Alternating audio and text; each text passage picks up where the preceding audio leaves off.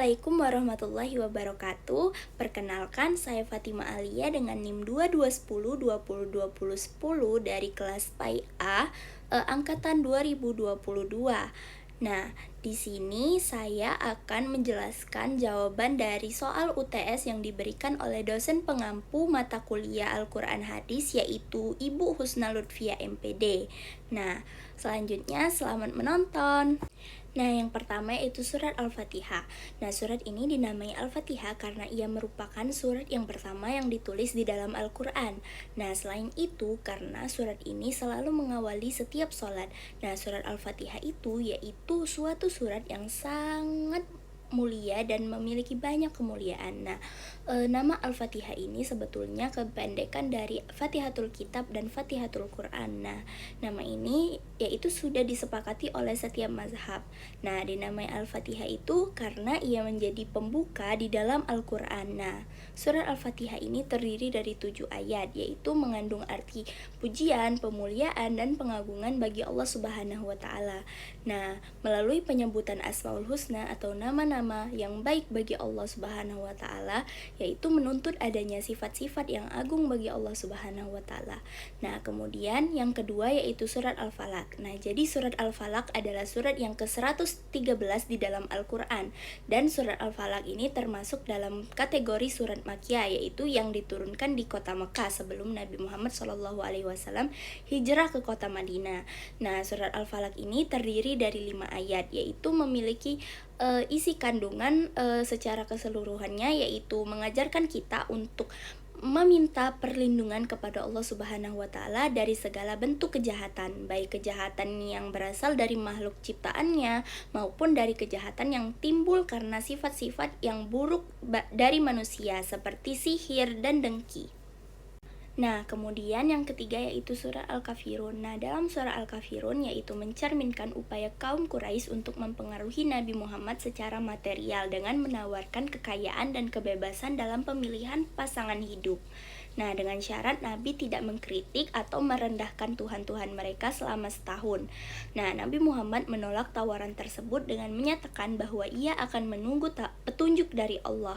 Nah, ayat ini turun sebagai jawaban atas peristiwa ini, yang menegaskan pentingnya kesetiaan pada Allah Subhanahu wa Ta'ala dan menolak untuk berkompromi dalam keimanan meskipun ditawari dengan kekayaan dan kebebasan yang besar, yaitu untukmu agamamu dan untukku agamaku.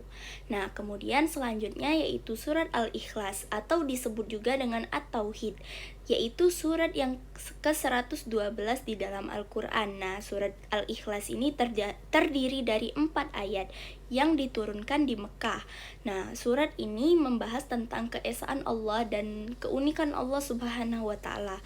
Nah, surat Al-Ikhlas ini sangat penting karena menegaskan konsep tauhid atau keesaan Allah yang merupakan inti dari agama Islam.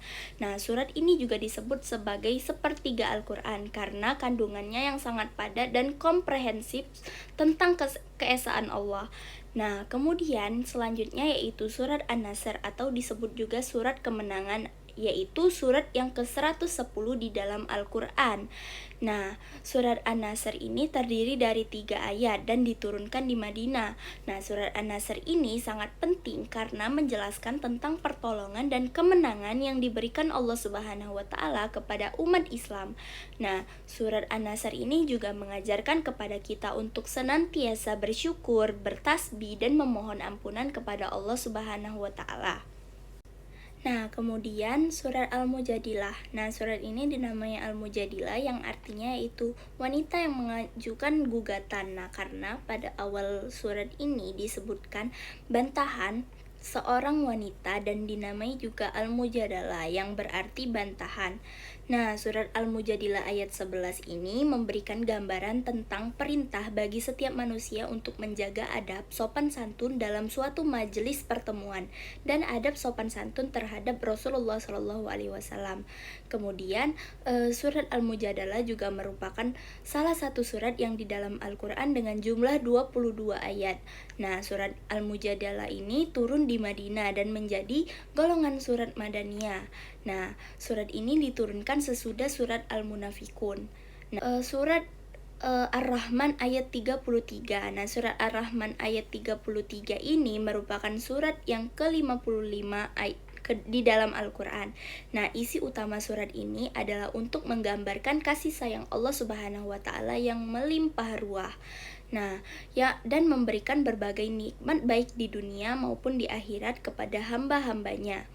Selanjutnya yaitu surat An-Nisa ayat 8. Nah, di dalam surat An-Nisa ayat 8 ini dijelaskan bahwa ayat ini memberikan gambaran tentang waris yang apabila pada waktu pembagian itu hadir beberapa kerabat, anak-anak yatim, dan orang-orang miskin, maka berilah harta itu sekadarnya dan ucapkanlah kepada mereka kata yang baik. Nah, pada Quran surat An-Nisa ayat 146 dijelaskan bahwa ayat ini menyampaikan tentang perkara orang-orang munafik yang masih diberi kesempatan bertaubat sebelum meninggal.